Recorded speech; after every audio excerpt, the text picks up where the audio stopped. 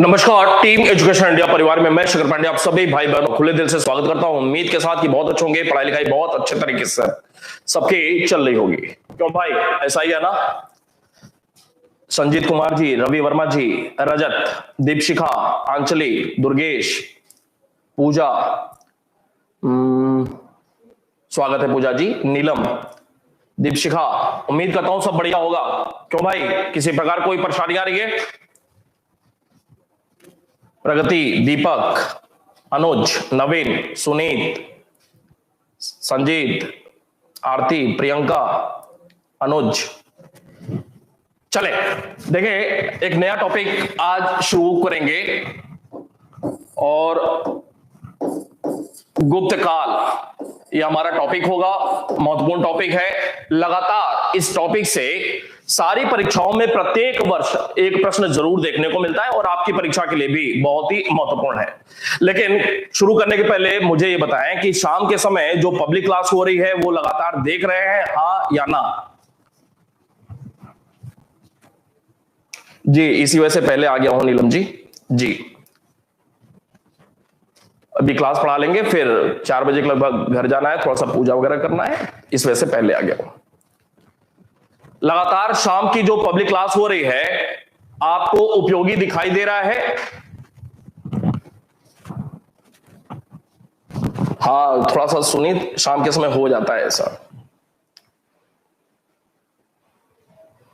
ठीक है,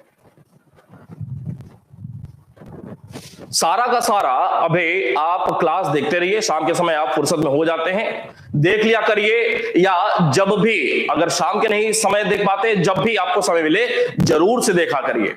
और इन सारे क्लासेस की पीडीएफ भी आने वाले कुछ समय बाद आपके बैच में भी उपलब्ध करा दी जाएंगी।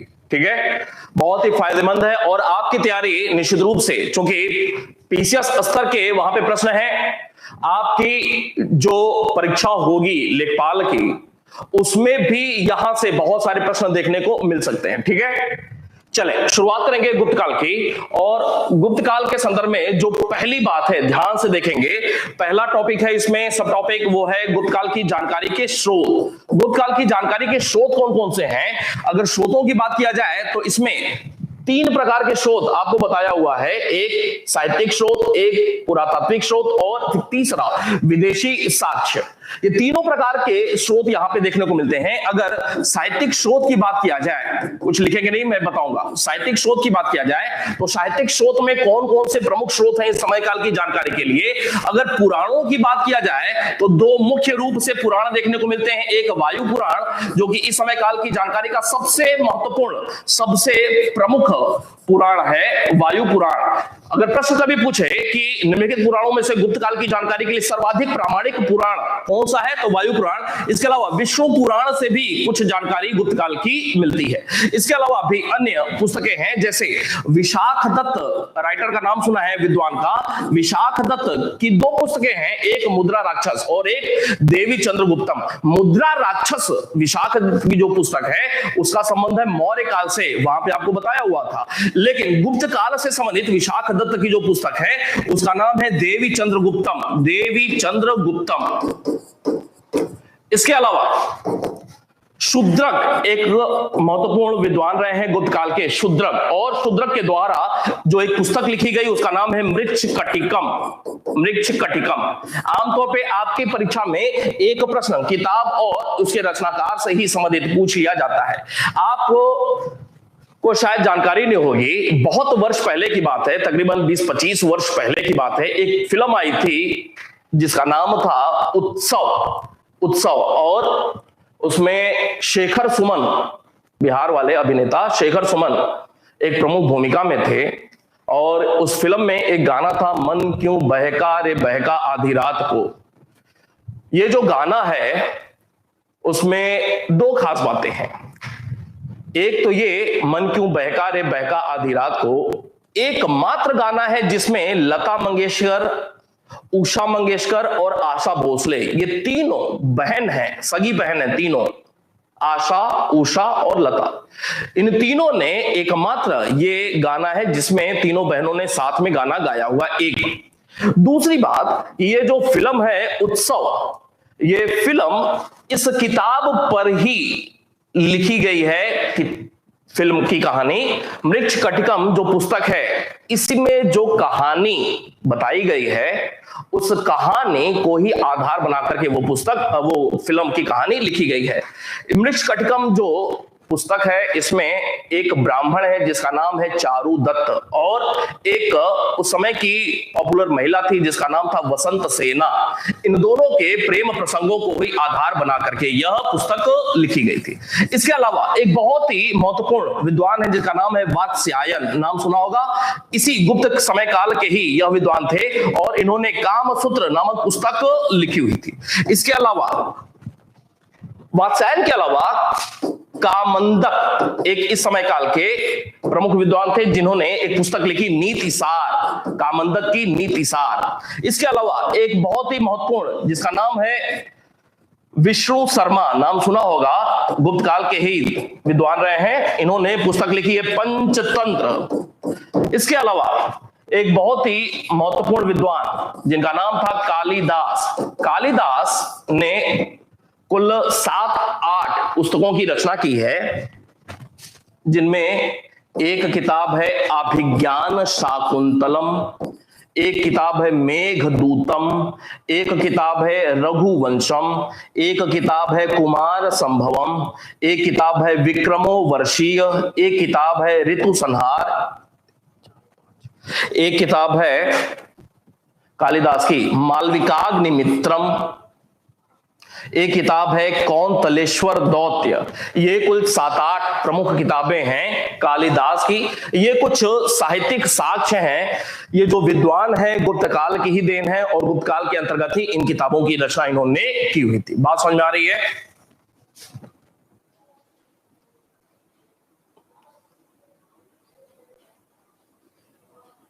जी बहुत बढ़िया। चले, आप लोग फिल्म भी देख रहे हैं, अच्छी बात है, मतलब बाद में ही सही। साहित्यिक स्रोत हो गया। साहित्यिक स्रोत के अलावा अगर बात करें पुरातात्विक स्रोत की, पुरातात्विक स्रोत की, तो पुरातात्विक स्रोत में 2-3 बहुत ही महत्वपूर्ण है, निश्चित रूप से पता होना चाहिए, लेकिन मैं 6-7 आपको बता रहा हूं।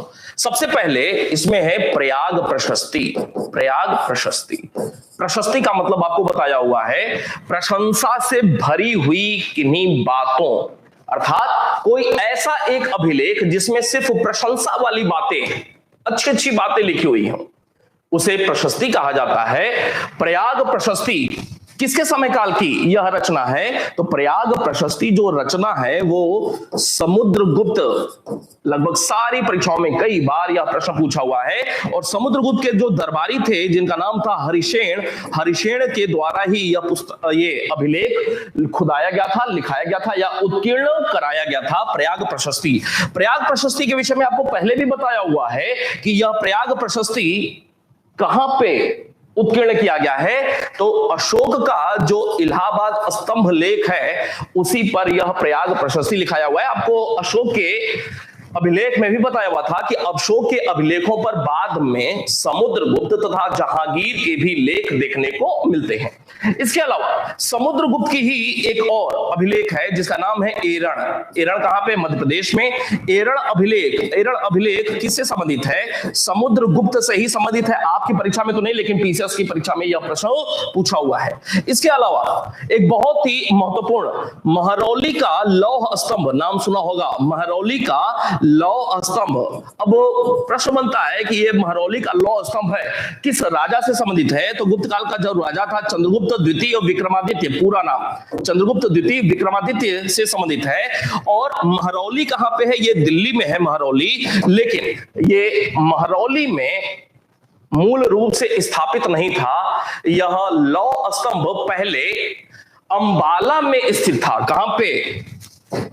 ये पहले अंबाला में स्थित था और वहां से महरौली किसने लाया हुआ था? तो वहां से महरौली एक तोमर वंश का दिल्ली पर शासन था। तोमर वंश का दिल्ली पर शासन था। तोमर वंश के एक राजा अनंग पाल तोमर ने इसे दिल्ली के महरौली में स्थापित कराया हुआ था, लेकिन चंद्रगुप्त द्वितीय के समय काल का यह अभिलेख है, महरौली का लौह स्तंभ, और इस लौह स्तंभ पे चंद्र शब्द लिखा हुआ है।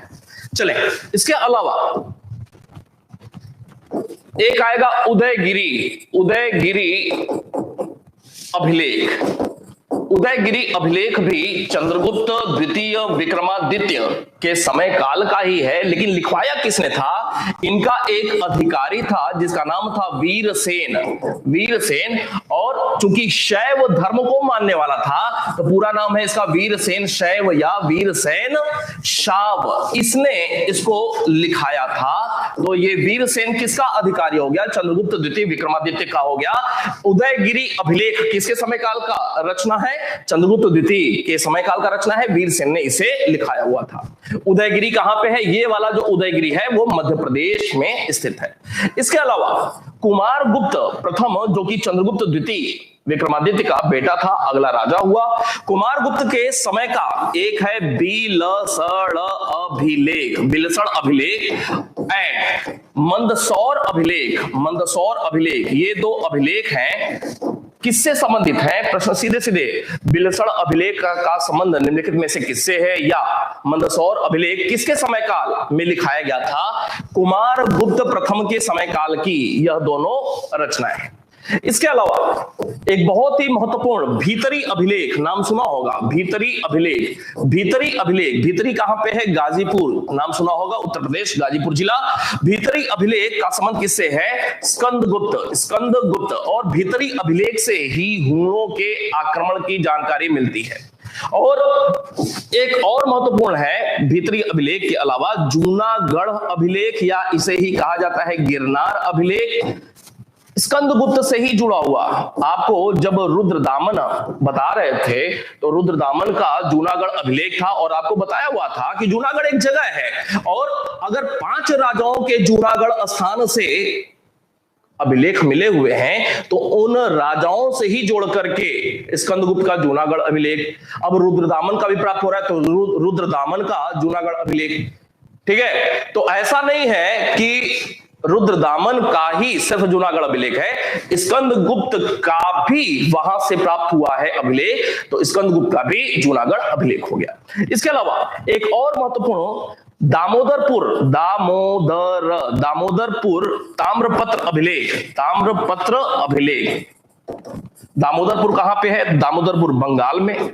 और इस अभिलेख से ग्राम प्रशासन की जानकारी मिलती है, गुप्त काल के ग्राम प्रशासन की जानकारी मिलती है, कुमारगुप्त प्रथम के ही समय काल का है। तो ये कुछ अभिलेख हो गए इस समय काल की जानकारी के। इसके अलावा अगर तीसरे नंबर पे विदेशी विवरण की बात किया जाए, विदेशी विवरण की अगर बात किया जाए, विदेशी कौन कौन से भारत आते हैं इस समय, तो मुख्य रूप से इस समय गुप्त काल में चीनी यात्री आते हैं। पहला नाम आता है इसमें फाहियान का नाम, फाहियान। फाहियान किसके समय काल में आया था? तो फाहियान आपको पहले टॉपिक में भी बताया हुआ है, जब हम लोग शोध वाला टॉपिक देख रहे थे, शुरुआत वहीं से हमने किया था, वहां भी आपको फाहियान के बारे में बताया था। चंद्रगुप्त द्वितीय विक्रमादित्य के ही समय काल में आया था, भारत में लगभग 14 वर्ष रहा था। कब से कब तक? 399 से लेकर के 414 ईस्वी के बीच आया हुआ था। और आपको यह भी बताया हुआ था, इसकी जो किताब है उसका नाम है फोकोकी, फोकोकी। इसके अलावा एक और नाम आएगा, इसके बाद आता है सुंगयून, सुंगयून। यह भी चीनी यात्री था। बेसिकली ये सब चीनी यात्री हैं, चीनी यात्री हैं। सुंगयून, सुंगयून कब आया था? तो सुंगयून 515 से 520 ईस्वी, गुप्त काल का ही समय है, 515 से 520 ईस्वी के बीच भारत आया हुआ था। बात समझ में आई भाई?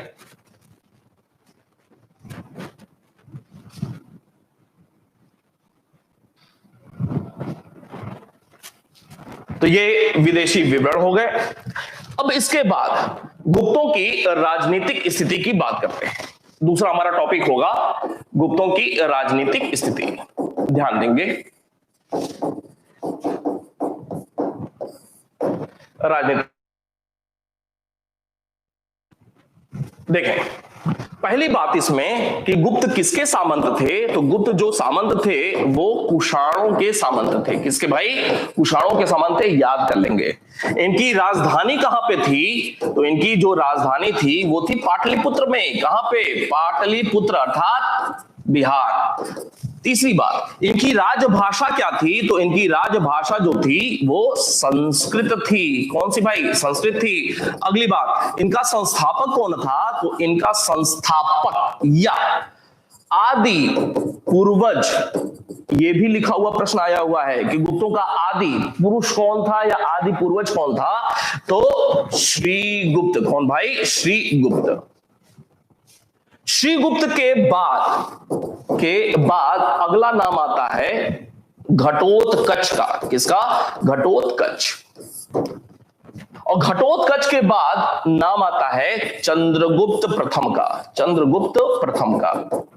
चंद्रगुप्त प्रथम के बाद किसका नाम आता है? चंद्रगुप्त प्रथम के बाद उसका बेटा जिसका नाम था समुद्रगुप्त, वो अगला राजा होता है।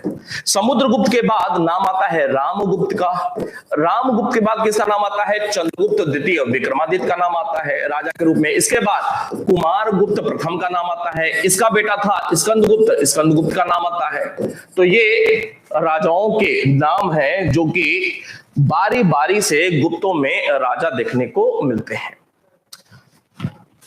संस्थापक हो गया श्रीगुप्त। श्रीगुप्त के बाद अगला नाम आता है घटोत्कच का। घटोत्कच के राजनीतिक संदर्भ में कोई खास जानकारी नहीं है। अब एक प्रश्न कि संस्थापक हो गया श्रीगुप्त, तो गुप्तों का वास्तविक संस्थापक कौन था, तो यहां से गुप्तों के मेन स्ट्रीम की कहानी की शुरुआत होती है, जिसके बारे में हमें अच्छे से जानकारी है। देखेंगे चंद्रगुप्त प्रथम। चंद्रगुप्त प्रथम कब से कब तक राजा हुआ? 319 में राजा हुआ। 335 ईस्वी तक यह राजा था। एक प्रश्न बनता है कि गुप्तों का वास्तविक संस्थापक कौन था, तो गुप्तों का वास्तविक संस्थापक चंद्रगुप्त प्रथम था। गुप्तों का प्रथम राजा कौन था? प्रथम राजा जिसने महाराजा धीराज की उपाधि धारण की थी, तो महाराजा धीराज की उपाधि धारण करने वाला गुप्तों का प्रथम राजा चंद्रगुप्त प्रथम था। तीसरी महत्वपूर्ण बात कि जिस वर्ष यह राजा बना, तो उसी वर्ष 319 ईस्वी में ही इसने गुप्त संवत की शुरुआत की हुई थी। गुप्त संवत किसने चलाया था? चंद्रगुप्त प्रथम ने चलाया था। गुप्त संवत का समय क्या है? 319 ईस्वी गुप्तों का संवत है। इसके अलावा एक और महत्वपूर्ण बात, इनका जो विवाह हुआ था, इनका विवाह कहां पे हुआ था, तो लिच्छवी राजघराने में हुआ था। लिच्छवी वंश की एक राजकुमारी थी जिनका नाम था कुमार देवी। कौन भाई? कुमार देवी नाम था। कुमार देवी से इनका विवाह हुआ था। कुमार देवी और चंद्रगुप्त दोनों का नाम जोड़ करके ही आपको बताया हुआ था कि ये जो एक किताब थी जिसका नाम था देवी चंद्रगुप्तम, कुमार देवी का देवी और चंद्रगुप्त प्रथम का चंद्रगुप्त, विशाख दत्त ने कुमार देवी और चंद्रगुप्त प्रथम की कहानी को ही आधार बनाकर के देवी चंद्रगुप्तम किताब लिखी हुई थी। आगे बात करेंगे कुमार देवी का जो पुत्र था, अर्थात चंद्रगुप्त प्रथम और कुमार देवी का जो पुत्र था उसका नाम था समुद्रगुप्त। और समुद्रगुप्त का ननिहाल कहां पे हो रहा है? समुद्रगुप्त का जो ननिहाल है, नाना का घर कहां पे है? लिच्छवी में। यही कारण था कि समुद्रगुप्त को लिच्छवी दौहित्र भी कहा जाता है। दौहित्र का मतलब नाती होता है, नाती। लिच्छवी दौहित्र समुद्रगुप्त को कहा जाता है। कई बार यह प्रश्न परीक्षाओं में पूछा हुआ है। चंद्रगुप्त प्रथम अपने मरने के पहले ही अपने बेटे समुद्रगुप्त को भरी सभा में राज दरबार में ही अपना उत्तराधिकारी घोषित कर देते हैं। यहां तक नोट कर ले, उसके बाद समुद्रगुप्त के विषय में हम बात करेंगे। नोट करेंगे जरा।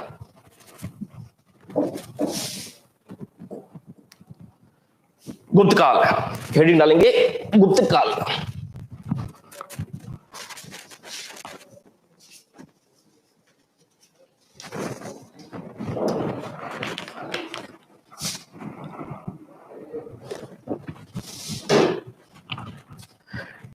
गुप्त काल हेडिंग हो गया, नीचे एक सब हेडिंग डालेंगे, गुप्तों की जानकारी के प्रमुख स्रोत। गुप्त काल की जानकारी के प्रमुख स्रोत।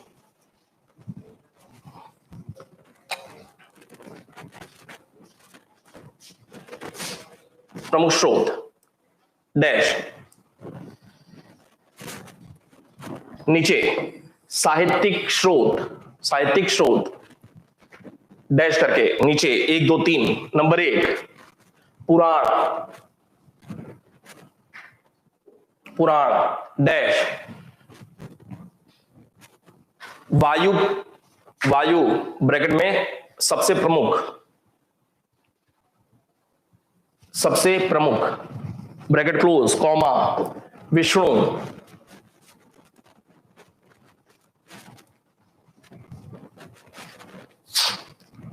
नंबर 2 विशाख दत्त की देवी चंद्रगुप्तम,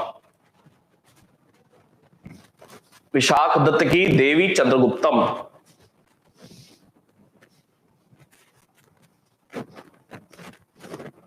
नंबर 3 शूद्रक की मृच्छकटिकम, शूद्रक की मृच्छकटिकम।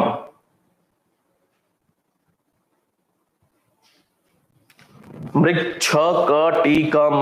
चौथा वात्स्यायन की कामसूत्र,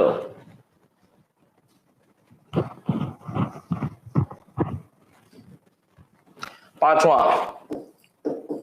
कामंदक की नीतिसार,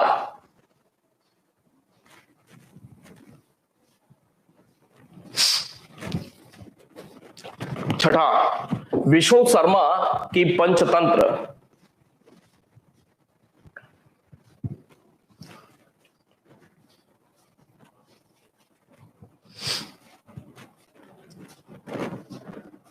सातवां कालिदास की पुस्तकें डैश, कालिदास की पुस्तकें dash, Abhijnana Shakuntalam, Abhijnana Shakuntalam comma Meghadutam,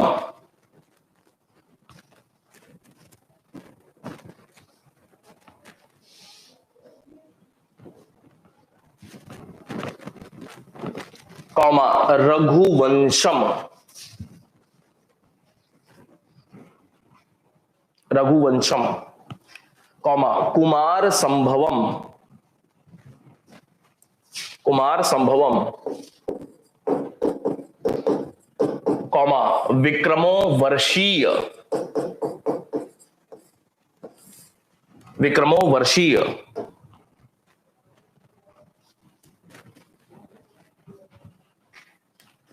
comma Ritu Samhara,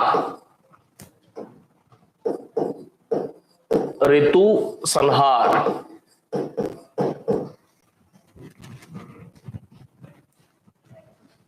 comma Malavikagnimitram, Malavikagnimitram, Malavikagnimitram comma कौंत,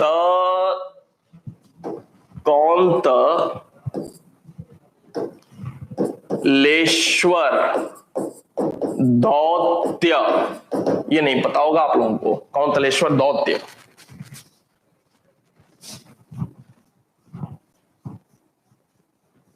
नहीं बताऊंगा अभी लास्ट में बताएंगे उसके बारे में। शशिकांत जी ये लोग क्षत्रिय नहीं थे, ये लोग वैश्य थे, गुप्त वैश्य थे, लास्ट में बताऊंगा। कौंतलेश्वर दौत्य हो गया। अब हेडिंग डालेंगे पुरातात्विक स्रोत, पुरातात्विक स्रोत।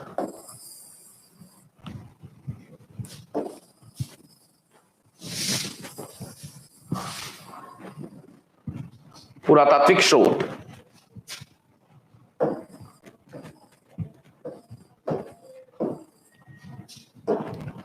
डैश, नीचे नंबर 1 प्रयाग प्रशस्ति, प्रयाग प्रशस्ति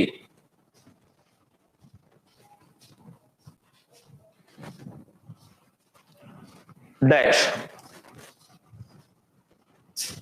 डैश। इसमें इसमें समुद्रगुप्त की विजयों तथा उसकी उपलब्धियों का वर्णन है।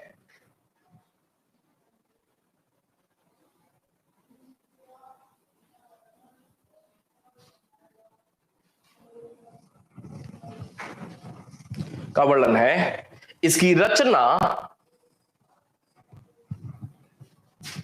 रचना समुद्रगुप्त के अधिकारी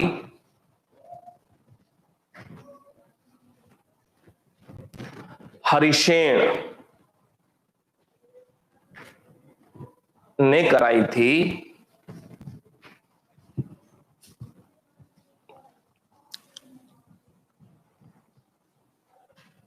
उल्लेखनीय है कि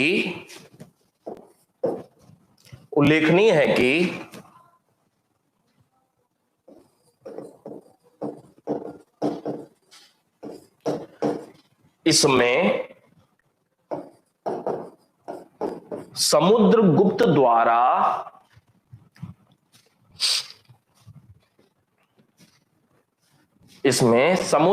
द्वारा किए गए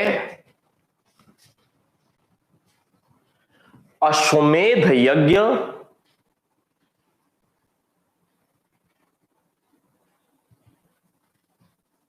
की जानकारी नहीं मिलती है।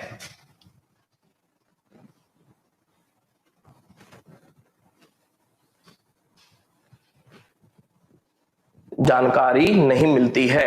लिखना नहीं है। क्यों नहीं मिलती है? क्योंकि लिखना नहीं है, बता रहा हूं क्यों नहीं मिलती है। क्योंकि जब युद्ध वगैरह सब कर लिया तो उसके बाद प्रयाग प्रशस्ति की रचना हुई, और जब प्रयाग प्रशस्ति की रचना हो गई उसके बाद अश्वमेध यज्ञ किया हुआ था।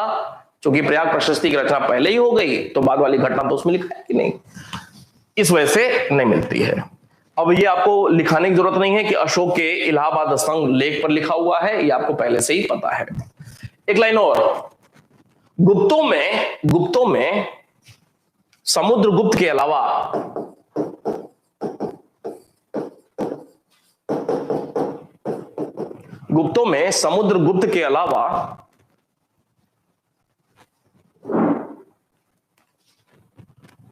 कुमारगुप्त प्रथम, समुद्रगुप्त के अलावा कुमारगुप्त प्रथम ने भी अश्वमेध यज्ञ किया था।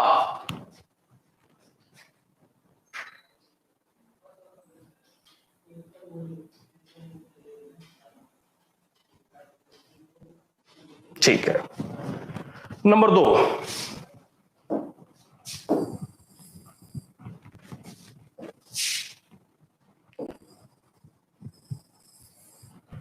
2,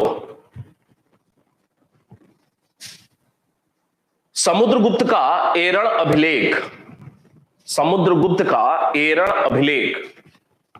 एरण अभिलेख का संबंध किससे है? समुद्रगुप्त से। एरण अभिलेख। नंबर 3,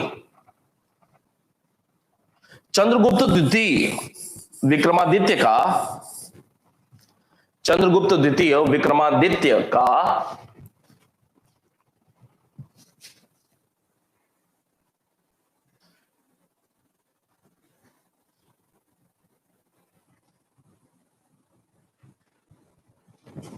महरौली का लौह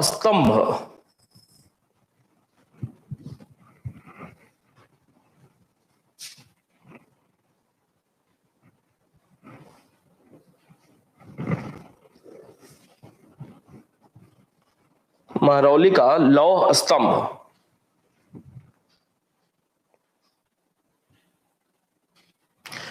यह स्तंभ पहले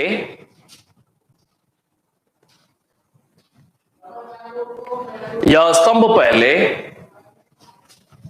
कुछ जगहों पे लिखा हुआ है हिमाचल प्रदेश, कुछ जगहों पे लिखा हुआ है अंबाला, दोनों लिखेंगे। यह स्तंभ लेख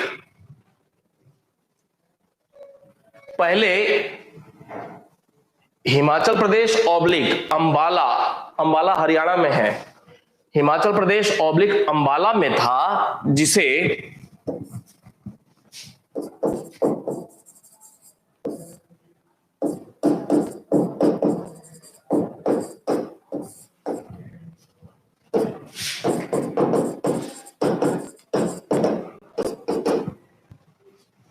जिसे दिल्ली, दिल्ली को पहले ढिल्लिका कहा जाता था, तो यह भी प्रश्न पूछा हुआ है, जिसे दिल्ली ब्रैकेट में ढिल्लिका,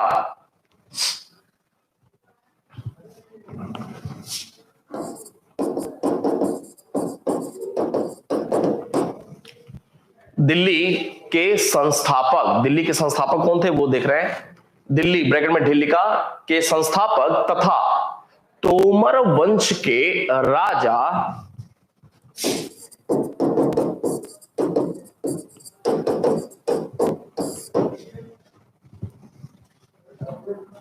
अनंगपाल तोमर,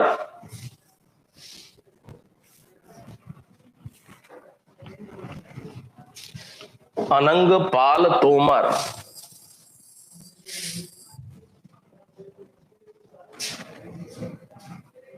ने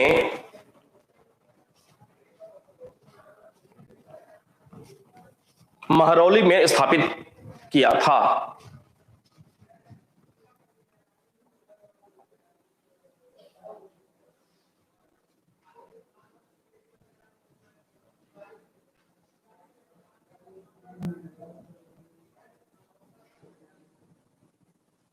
एक लाइन और लिखेंगे, तोमर राजाओं को ही हराकर, तोमर राजाओं को ही हराकर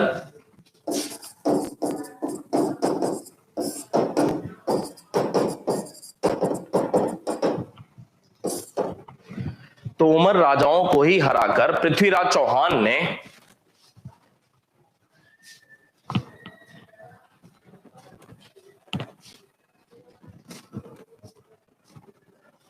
तोमर राजाओं को ही हराकर पृथ्वीराज चौहान ने दिल्ली पर अधिकार किया था। दिल्ली के विषय में कुछ अलग से जानकारी मिल गई आपको। दिल्ली पर अधिकार किया था।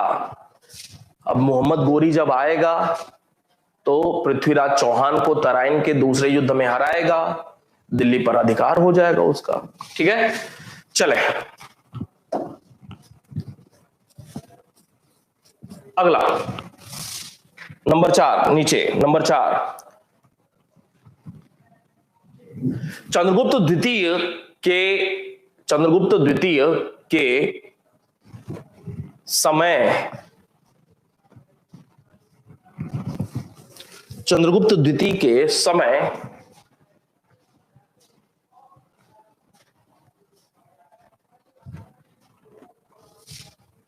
चंद्रगुप्त द्वितीय के समय उसके एक अधिकारी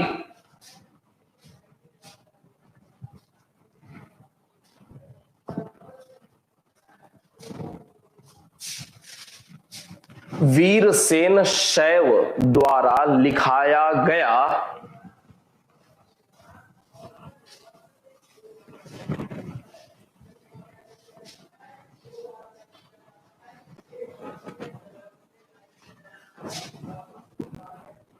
उदयगिरी ब्रैकेट में एमपी अभिलेख, एक उदयगिरी आपको कलिंग में बताया था, वो दूसरा था, ये दूसरा है उदयगिरी अभिलेख।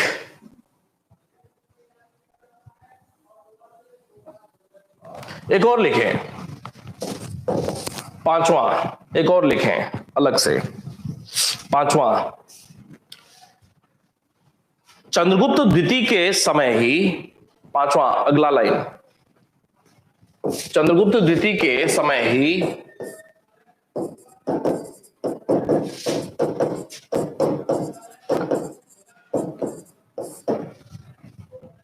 उसके एक उसके एक अधिकारी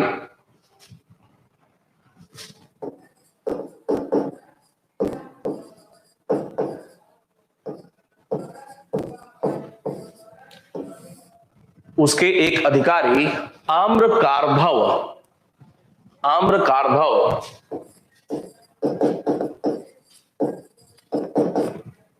आम्रकारधव आम्रकारधव के साथ ब्रैकेट में लिखेंगे बौद्ध था।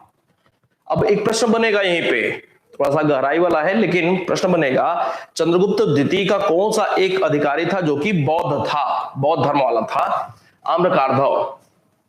उसके एक अधिकारी आम्रकारधव ब्रैकेट में बौद्ध था ने सांची लेख की रचना कराई थी। ने सांची लेख की रचना कराई थी।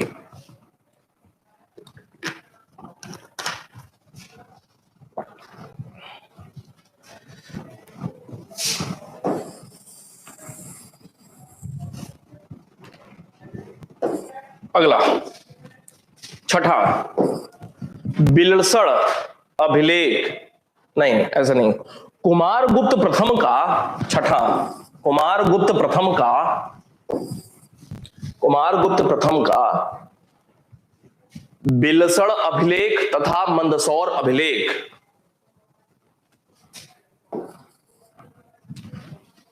कुमारगुप्त प्रथम का बिलसड़ अभिलेख तथा मंदसौर अभिलेख।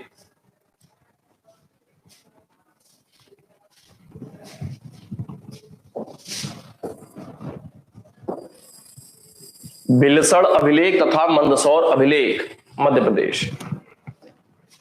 अगला सातवां, स्कंदगुप्त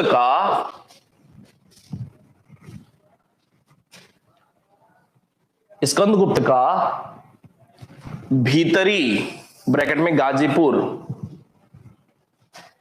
स्कंदगुप्त का भीतरी ब्रैकेट में गाजीपुर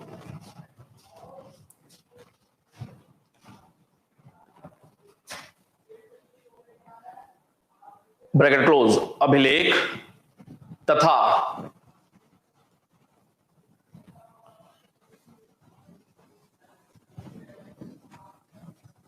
जूनागढ़ अभिलेख,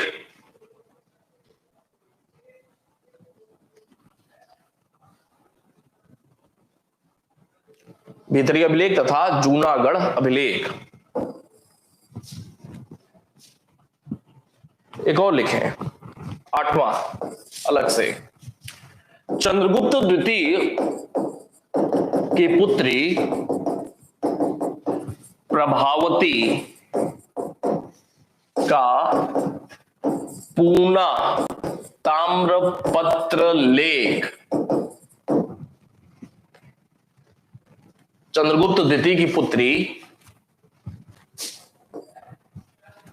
प्रभावती का पूना ताम्रपत्र लेख, लेख मतलब अभिलेख।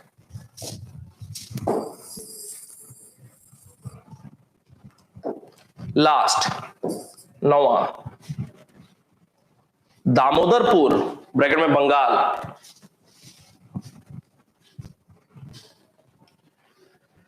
दामोदरपुर ब्रैकेट में बंगाल ब्रैकेट क्लोज ताम्रपत्र अभिलेख।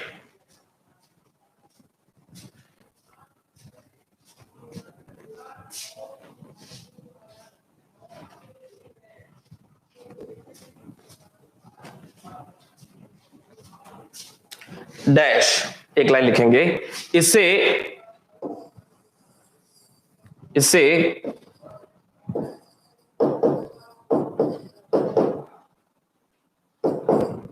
ग्राम प्रशासन के अधिकारियों की जानकारी मिलती है।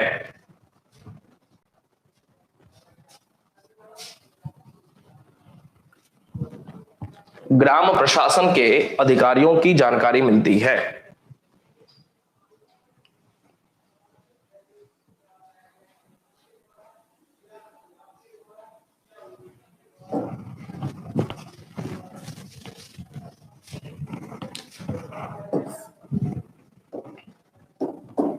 नंबर 3, विदेशी विवरण।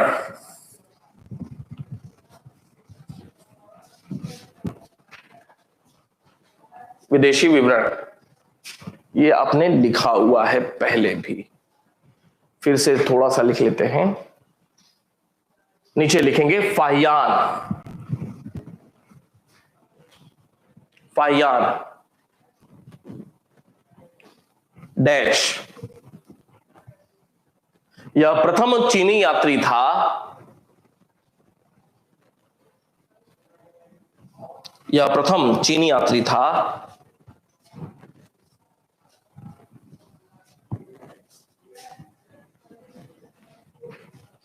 जो चंद्रगुप्त द्वितीय के समय भारत आया था।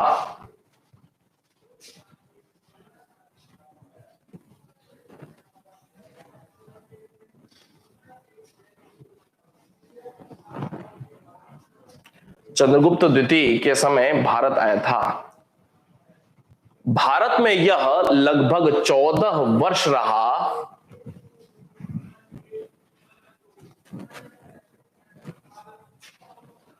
भारत में यह लगभग 14 वर्ष रहा।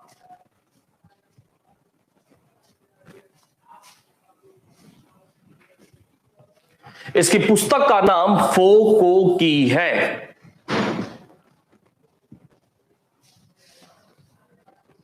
इसकी पुस्तक का नाम फो को की है। एक लाइन और, फाहियान नालंदा विश्वविद्यालय, नालंदा विश्वविद्यालय नहीं जा सका था,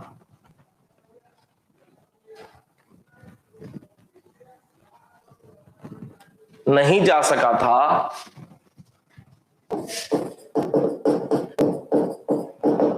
क्योंकि यह अभी बना ही नहीं था।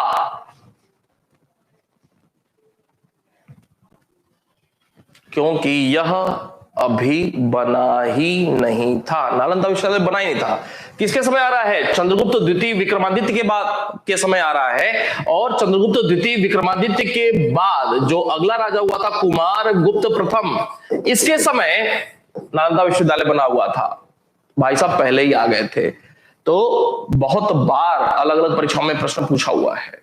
नालंदा विश्वविद्यालय फाहियान नहीं गया था। क्यों? क्योंकि बना ही नहीं था, खंडर था, खाली था।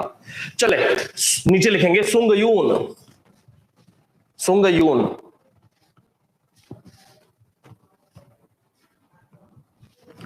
Dash, सुंगयून, सुंगयून dash. यह गुप्त काल में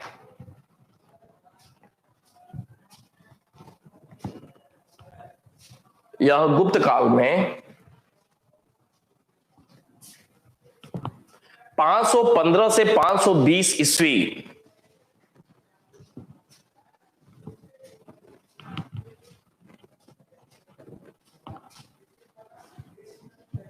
यह गुप्त काल में 515 से 520 ईस्वी के लगभग भारत आया था।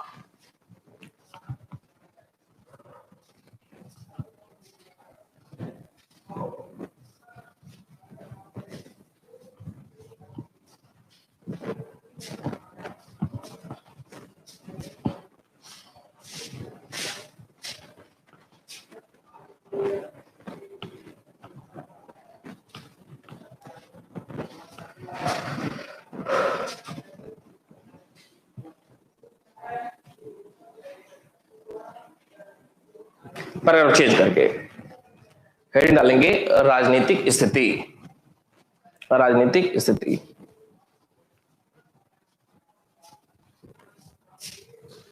दो चार लाइन लिखेंगे बस, राजनीतिक स्थिति डैश। नीचे लिखेंगे गुप्त कुषाणों के सामंत थे, गुप्त कुषाणों के सामंत थे, लाइन क्लोज। कुषाणों के सामंत थे,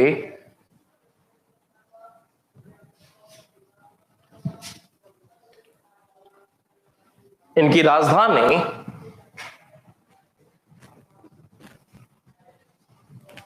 पाटलिपुत्र थी,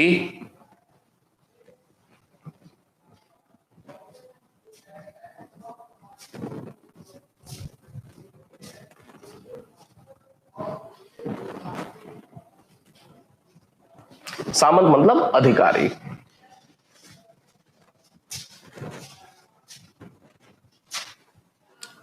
इनकी राजभाषा संस्कृत थी।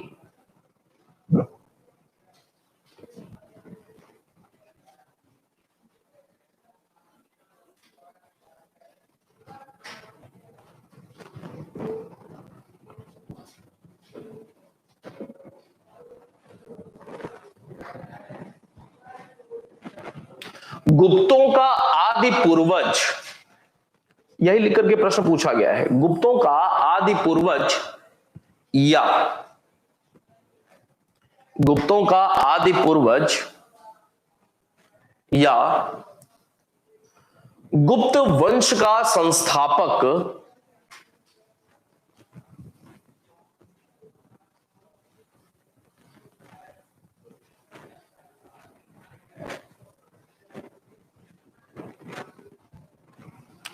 श्री गुप्त था।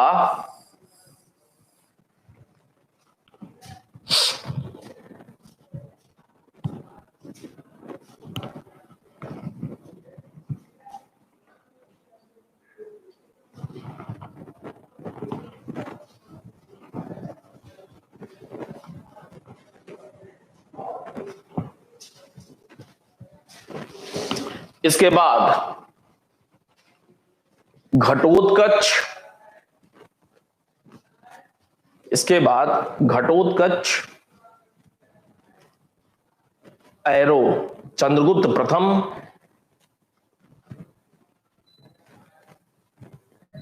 घटोत्कच एरो चंद्रगुप्त प्रथम, एरो समुद्रगुप्त,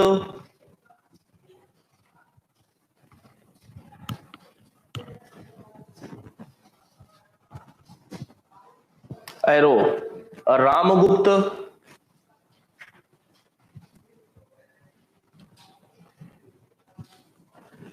एरो चंद्रगुप्त द्वितीय विक्रमादित्य,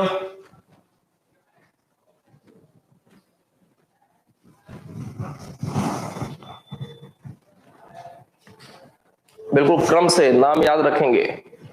चंद्रगुप्त द्वितीय विक्रमादित्य, एरो कुमार गुप्त प्रथम,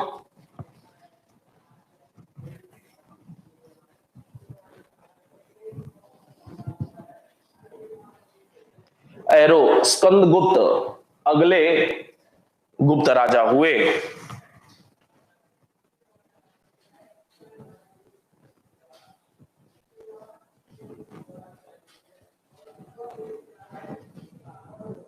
अगले गुप्त राजा हुए।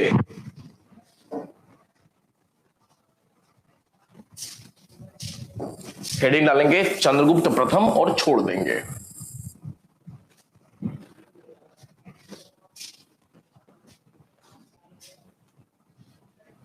चंद्रगुप्त प्रथम ब्रैकेट में 319 से 335 ईस्वी।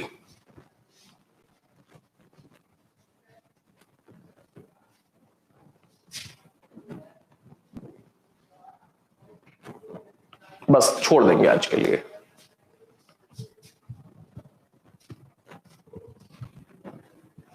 हो गया।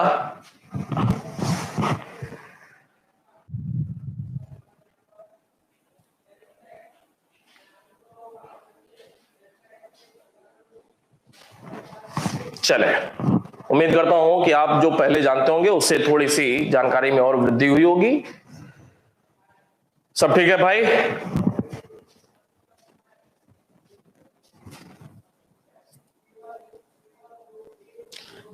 ठीक है, फिर कल मिलते हैं और कोई परेशानी आएगी तो आप कमेंट सेक्शन में लिखिएगा। ठीक है, मिलते हैं कल फिर। धन्यवाद।